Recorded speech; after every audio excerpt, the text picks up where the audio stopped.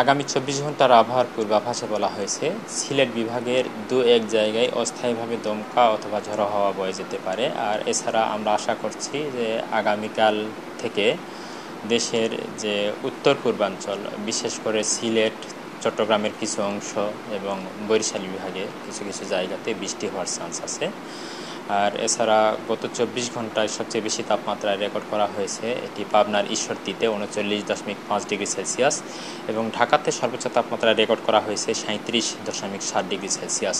বর্তমানে দেশের ৮ বিভাগের উপর দিয়েই মৃদু থেকে মাঝারি ধরনের তাপপ্রবাহ বয়ে চলেছে এবং আমরা আশা করছি যে এই যে চলমান তাপপ্রবাহ এটি আজকে এবং আগামীকাল অব্যাহত থাকার সম্ভাবনা রয়েছে। এর পরবর্তীতে পরশুদিন থেকে দেশের ইস্টার্ন পার্টে, বিশেষ করে আপনার সিলেট, চিটাগাং বিভাগের কিছু অংশ, বরিশাল বিভাগ এবং ঢাকার ইস্টার্ন পার্টে আপনার তাপপ্রবাহের যে এলাকা সেটা কিছুটা কমে যাওয়ার সম্ভাবনা রয়েছে।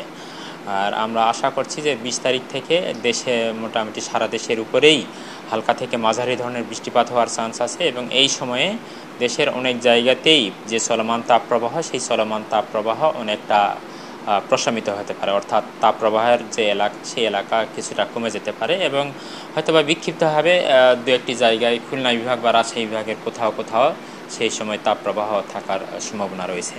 আপাতত আমরা আশা করছি যে আজকে এবং আগামীকাল এই দুটো দিনই যে তাপপ্রবাহ আছে, মৃদু থেকে মাঝারি ধরনের তাপপ্রবাহ, এটা আরও ২ দিন অব্যাহত থাকার সম্ভাবনা রয়েছে। মে মাসের প্যাটার্নটাই হচ্ছে এরকম যে এখানে যদি বৃষ্টি না হয়, ধরুন যে এলাকাতে বৃষ্টি হবে সেই এলাকায় আধা ঘন্টা বা ১ ঘন্টা সময়ের মধ্যে বৃষ্টি হবে এবং পরের দিন যদি বৃষ্টি না থাকে তাহলে দেখবেন যে তাপমাত্রা প্রায় আগের কাছাকাছি জায়গায় চলে আসছে। সেই হিসাবে ২০ থেকে ২২ তারিখ এই সময় পরে এরপরে কিন্তু আবার তাপমাত্রা আরও কিছুটা বেড়ে যেতে পারে, বেড়ে গেলেও হয়তো বা সাময়িকভাবে সেই সময়ে মৃদু ধরনের তাপপ্রবাহ বয়ে যেতে পারে।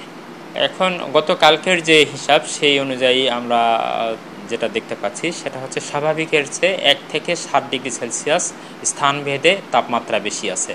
আর এছাড়া ঢাকায় যে তাপমাত্রা, ঢাকায় ৩৭.৭ ডিগ্রি সেলসিয়াস, ঢাকায় তাপমাত্রা স্বাভাবিক থাকা উচিত এই সময় ৩৩ ডিগ্রি সেলসিয়াসের মতো, সেই হিসাবে ৪.৭ ডিগ্রি সেলসিয়াস ঢাকার তাপমাত্রা বেশি আছে।